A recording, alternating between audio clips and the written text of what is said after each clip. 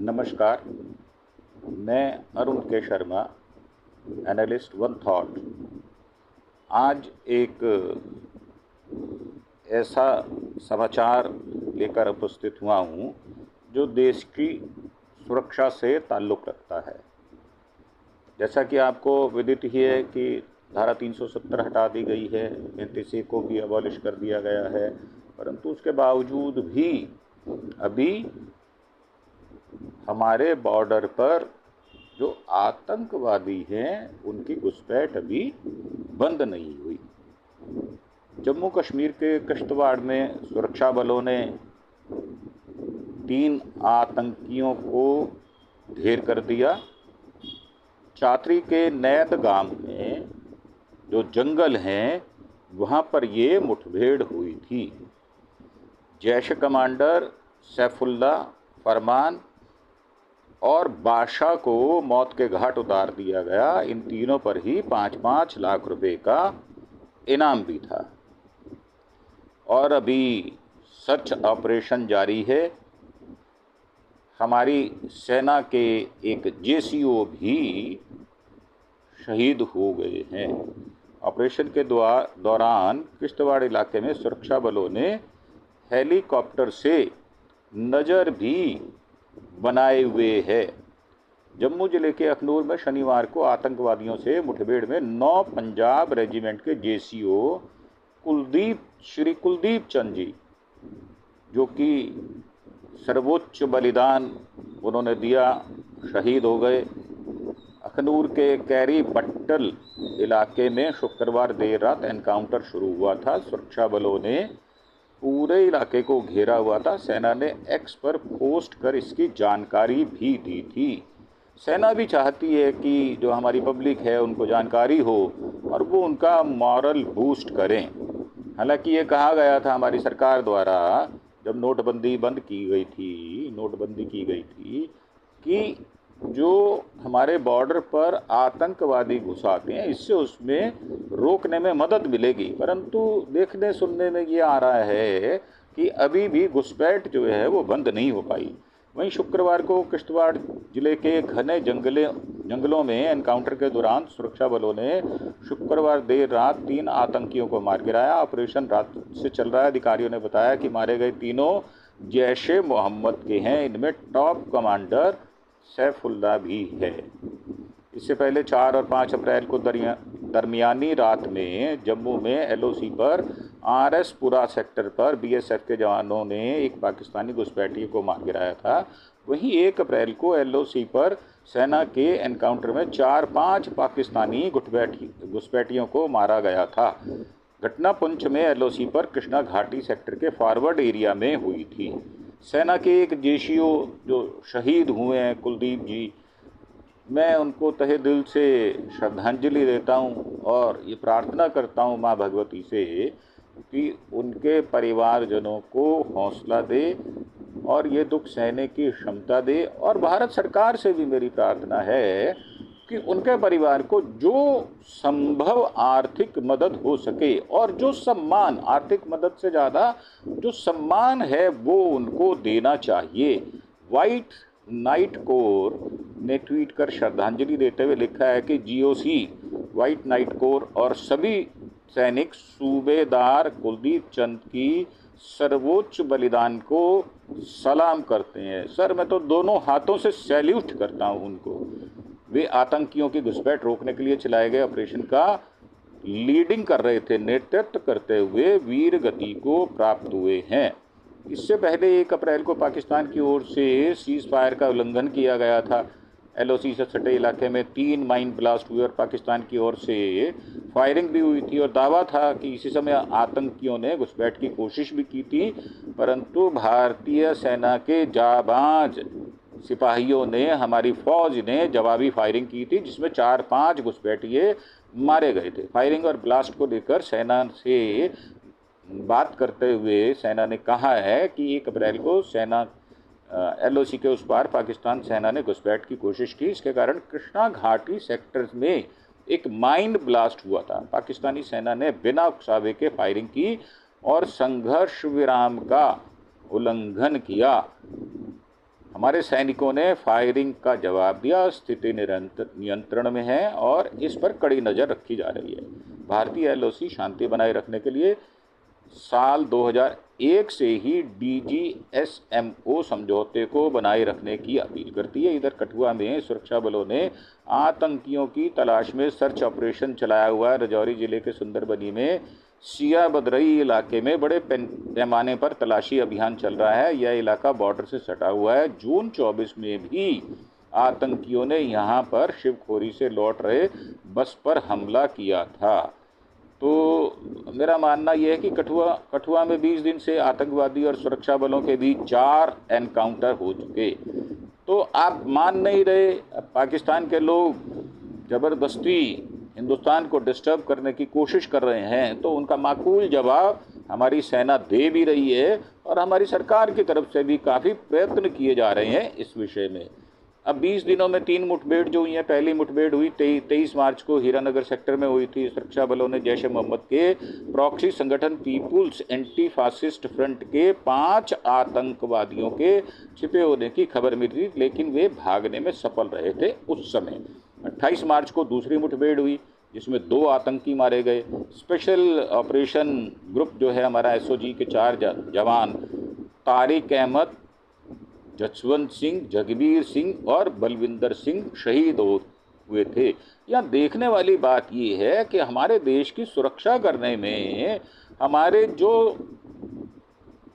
जनता के सभी तबकों के लोग, चाहे वो हिंदू हों, मुसलमान हों, ईसाई हों, सिख हों, जैन हों, बौद्ध हों, पारसी हों, सभी सेना के अंदर अपनी सर्विसेज देते हैं। इसके अलावा DSP धीरज सिंह समेत 3 जवान घायल भी हुए थे, उनका इलाज जारी है। 31 मार्च की रात को भी कठुआ में पंचतीर्थी मंदिर के पास तीसरी मुठभेड़ हुई थी। 3 आतंकियों के छिपे होने की सूचना मिली थी। एक आतंकी के मारे जाने की बात भी सामने आई, लेकिन इसकी आधिकारिक पुष्टि नहीं हो पाई। सेना के राइजिंग स्टार कॉर्प्स के अनुसार 31 मार्च को रात इलाके में संदिग्ध गतिविधियों की सूचना मिली थी, जिसके बाद सेना ने राजबाग में रुई, जुथाना घाटी और सन्याल के जंगली इलाकों के साथ साथ बिलावर के कुछ हिस्सों में सर्च ऑपरेशन चलाया था। पंज तीर्थी में आतंकियों की तरफ से फायरिंग के बाद एनकाउंटर शुरू हुआ। सुरक्षा बलों ने रात भर इलाके की घेराबंदी की ताकि जंगल में छिपे 3 आतंकी भाग ना सके। कश्मीर पुलिस, NSG, CRPCF और BSF स्निफर डॉग समेत ड्रोन की मदद से आतंकियों की तलाश कर रहे थे। अब इसमें देखने वाली बात ये है कि हमारे DIG शिव कुमार शर्मा साहब ने कहा कि ऑपरेशन जारी रहेगा जब तक एक भी आतंकी बचा है। जम्मू कश्मीर पुलिस अपने मिशन पर डटी रहेगी। हमारी फोर्स आतंकवाद के सफाए और जम्मू कश्मीर की सुरक्षा के लिए कटिबद्ध और प्रतिबद्ध है, ये बात निश्चित है। और पुलिस ने बोला है कि आतंकियों के हथियार नहीं लूटे, अफवाहों पर ध्यान ना दें। जम्मू कश्मीर पुलिस ने 29 मार्च को कहा था कि जम्मू कश्मीर के कठुआ जिले के सुदूर जंगली इलाके में 2 दिन तक चली मुठभेड़ के दौरान आतंकवादियों ने कोई हथियार नहीं छीना। पुलिस प्रवक्ता ने बताया कि मारे गए 4 पुलिसकर्मियों के सभी हथियार और अन्य समय बरामद कर लिया गया था। प्रवक्ता का कहना है कि कुछ राष्ट्र विरोधी तत्वों ने सोशल मीडिया पर ऑपरेशन सफयान में हमारे शहीदों के हथियार छीनने की अफवाह फैलाई थी। ये जो स्लीपर सेल है ना पाकिस्तान के, ये इस तरह की बातें करते रहते हैं। ये दावे झूठे हैं। शहीदों के सभी हथियार और सामान हमने बरामद कर लिए हैं। आतंकियों ने उस समय एक परिवार को बंधक बना लिया था, लेकिन उसको भी बचा लिया गया। हीरानगर सेक्टर में आतंकियों के एक ग्रुप ने सुरक्षा बलों को घेर लिया था, लेकिन भागने में वो कामयाब रहे। माना जा रहा है कि ये वही आतंकवादी हैं जो सन्याल से निकलकर जखोले गांव के पास देखे गए हैं। हीरानगर सेक्टर में सुरक्षा बलों ने आतंकियों के एक ग्रुप को घेर लिया था। उस पर आतंकवादियों ने एक बच्ची और उसके माता पिता को पकड़ लिया था। मौका मिलने पर तीनों आतंकवादियों के चंगुल से भाग निकले थे। इस दौरान बच्ची को बहुत मामूली सी चोटें आई थी। उन्होंने आतंकवादियों के छिपे होने की सूचना पुलिस को दी। महिला ने बताया था कि सभी ने दाढ़ी बढ़ा रखी थी। वे कमांडो की वर्दी पहने हुए थे। जखोले गांव हीरानगर सेक्टर में लगभग 30 किलोमीटर दूर है। जानकारी मिलते ही सुरक्षा बलों ने इलाके को घेर लिया, जिसके बाद मुठभेड़ शुरू हो गई थी। अब देखने वाली बात ये है कि साहब, आप इस तरह से अगर बार बार हिंदुस्तान को उकसाने की बात करेंगे और दूसरी तरफ आप बातचीत भी करेंगे, तो ये जो है सिलसिला ये बंद होने वाला नहीं है। और हमारे सुरक्षा जवान जो हैं वो दिलेरी से लड़ाई करते हैं, उसका हमले का मुकाबला करते हैं।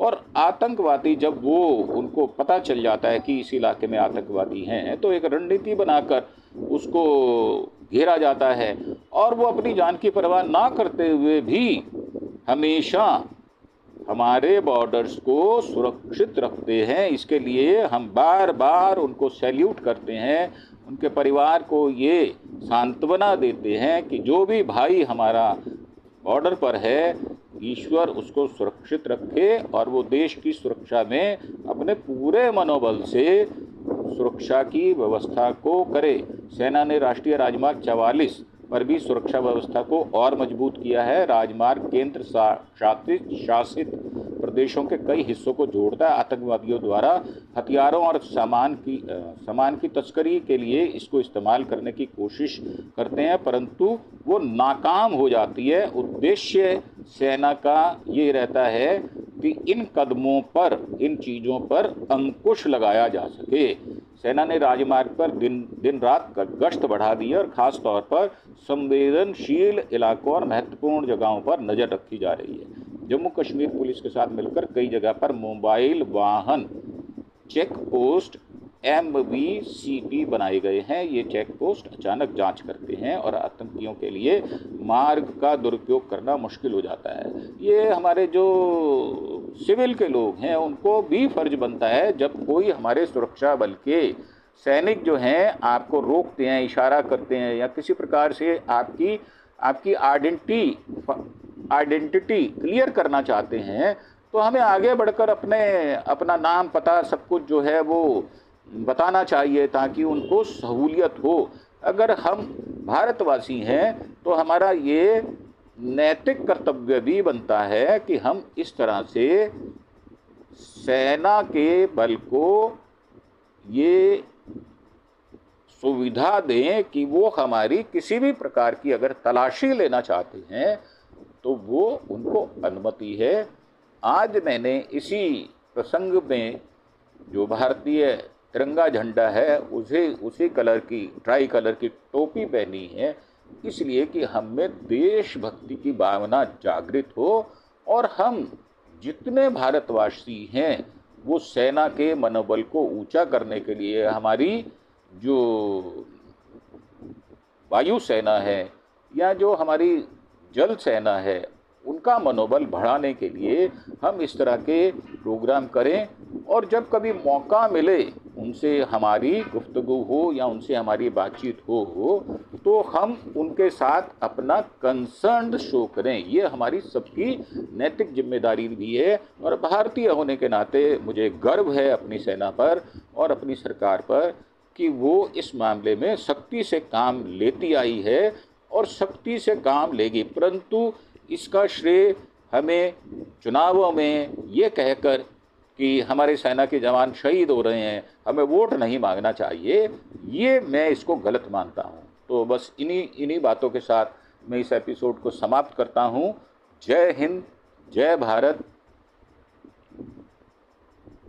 Thank you.